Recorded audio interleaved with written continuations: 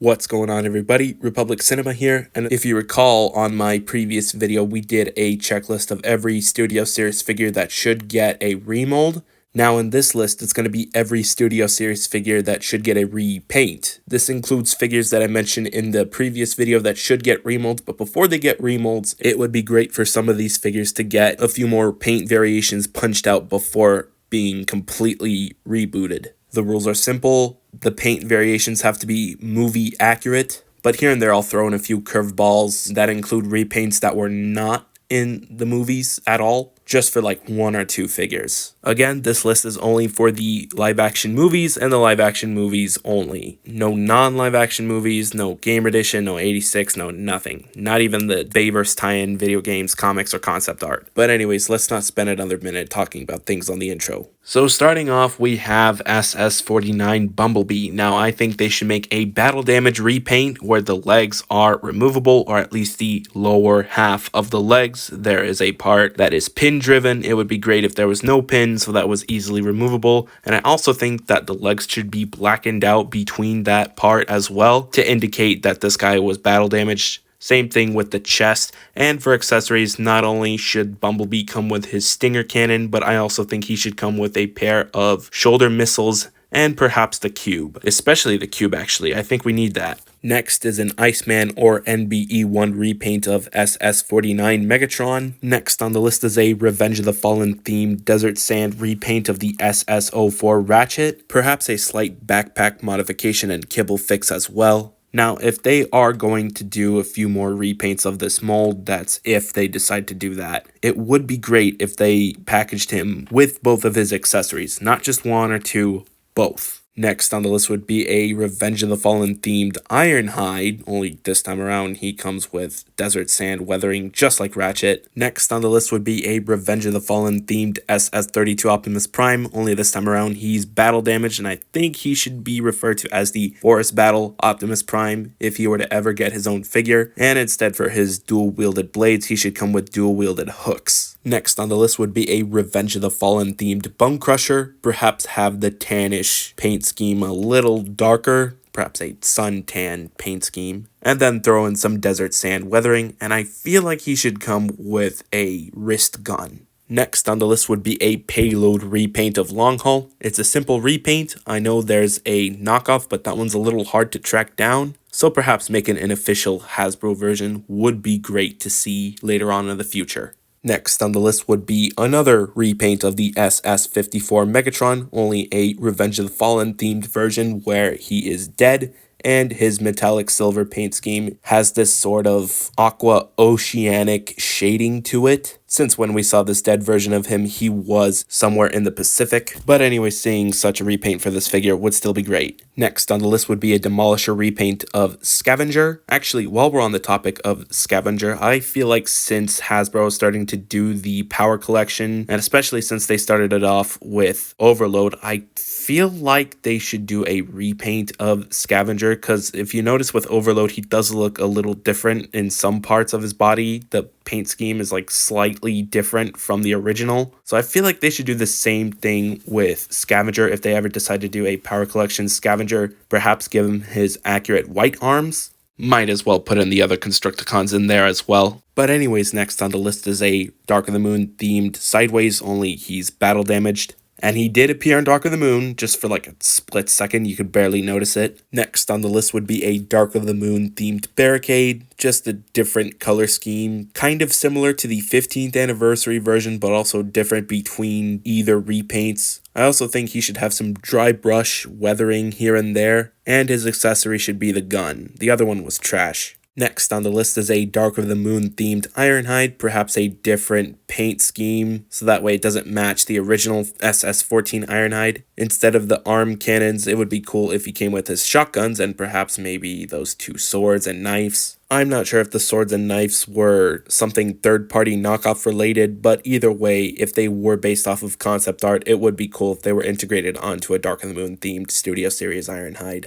Next on the list would be a Studio Series Dark of the Moon themed Battle Damaged Long Haul and a Battle Damaged Scrapper. Next on the list would be a Dark of the Moon themed desert repaint of Brawl. Next on the list, it would be great to see a Dark of the Moon themed Starscream, only this time around he has a bit of a different paint that could be similar to the Revenge of the Fallen version, but still different just to spice it up a bit. And for accessories, I think he should come with both his missile launcher and his buzzsaw, and I think it would also been cool if he came with an extra Gatling gun accessory for one of his wrists. Next on the list, for some repaints of the Dark of the Moon Thundercracker, I feel like they should do some more repaints of him, of popular Seekers from G1, but repaint them onto this Thundercracker mold. These popular Seekers being Skywarp, Ramjet, Thrust, and Dirge. I know there's other Seekers with various paint jobs that could also be repainted onto Thundercracker, but for now I just decided to go with the popular ones. Next on the list would be an Age of Extinction themed Crosshairs. I'm thinking they could give him some desert sand weathering, since there was one scene in Age of Extinction where he did appear in a sandy environment, that being some canyon of some sort. Next on the list is the KSI Sentry. As inaccurate as they are, it would still be great to see some repaints of this figure just before it gets remolded. Such repaints include a red, a white, and a black version. It would also be cool if there was a light silver and dark silver repaint, but since we barely got to see those type of paint jobs of the KSI Sentries from the movie, those ones seem a little more unlikely. But still, it would be great if they did those type of repaints. Next on the list is a few repaints of the Shadow Raider. Before this figure ever gets a remold, it would be great to see not just a green repaint, which would be accurate, but also a blue and a red repaint. I know the last two repaints sounded a bit random, but in case you want to build just a small army for lockdown, a little bit of color variety wouldn't have been so bad. Next on the list, I think it would be rather appropriate for an Age of Extinction themed battle damaged repaint of Ratchet, Leadfoot, and Barricade. Next on the list is a TLK themed repaint of Topspin, although the head will have to be swapped out for a Leadfoot head since he did have Leadfoot's head for some reason in Transformers Last Night. It's a little confusing, but it's not like not putting the Leadfoot head on the figure would make it unconfusing. As a matter of fact, that would escalate the confusion. Next on the list would be a TLK-themed Desert Sand repaint of the SS-07 Grimlock. The reason why I think he should be a sandy repaint is because most of the time in Transformers Last Night, we did see him in a sandy environment. I think it was somewhere in Texas. Next on the list would be a TLK-themed version of the Leader Class Knight Optimus Prime, and it would be cool if there was a TLK-themed Nemesis Prime repaint. Only both versions would have to have 2 extra accessories, such as the wrist blade and the quad barrel shotgun. Ignore the fact that I'm recommending repaints of this figure, despite this figure only being teased, technically. Next on the list would be roughly 5 repaints of the Bumblebee movie Ironhide / Ratchet mold, that being used for the Autotroopers. The Autotroopers were interesting because they were side characters, basically, that we saw in the Bumblebee movie on the Cybertronian scene specifically, and then we never saw them again. But anyways, they looked an awful lot like Ratchet and Ironhide, so in case they never get their own molds, I think it would be cool if they were at least repainted and slightly head resculpted off of the Ratchet and Ironhide mold. Such repaints include a broad, a white, a blue, a yellow, and a green. Next on the list would be a couple Seeker repaints based off of the Thundercracker and Skywarp mold, which I guess is like the normal Seeker version. But anyway, such repaints include a Cybertronian Blitzwing, which could obviously be a simple repaint just in the Blitzwing color schemes that we saw in the movie, a green Seeker,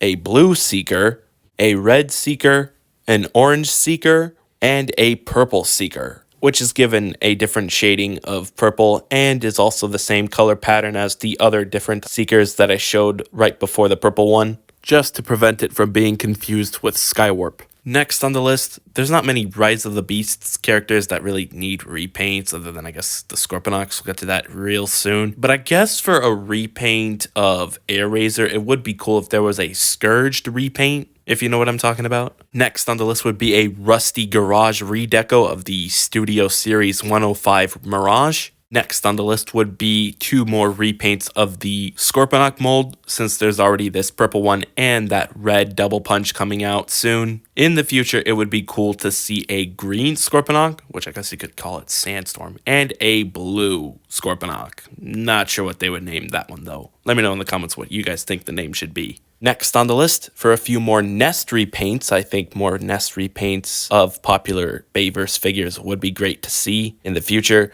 But anyways, I've only picked 5 out of all those Studio Series figures. That being the SS32 Optimus Prime, SS14 Ironhide, SS61 Sentinel Prime, SS12 Brawl, and SS49 Bumblebee. Specifically the Dark of the Moon version. I mean, it seems appropriate. And I gotta say, silver repaints of all those figures would be great. And I think that's pretty much every repaint I wanted to include on this list. On purpose, I skipped out a bunch of random repaints that were from the movie mainline toys, as I feel like some of them are a little unnecessary. But anyways, if there's any repaint that I may have accidentally left out, be sure to let me know in the comments, or if there's any repaint that you guys would like to see be made into the Studio Series. Again, be sure to let me know in the comments. And with that being said, if you like what you saw in this video, be sure to slam that like button, share this with your friends as well, turn on post notifications so that way you don't miss another upload. Be sure to let me know how I did in this relatively short edited checklist. And most importantly, be sure to hit that big red subscribe button. And yeah, I think that's pretty much it. Thank you very much for watching. Teo!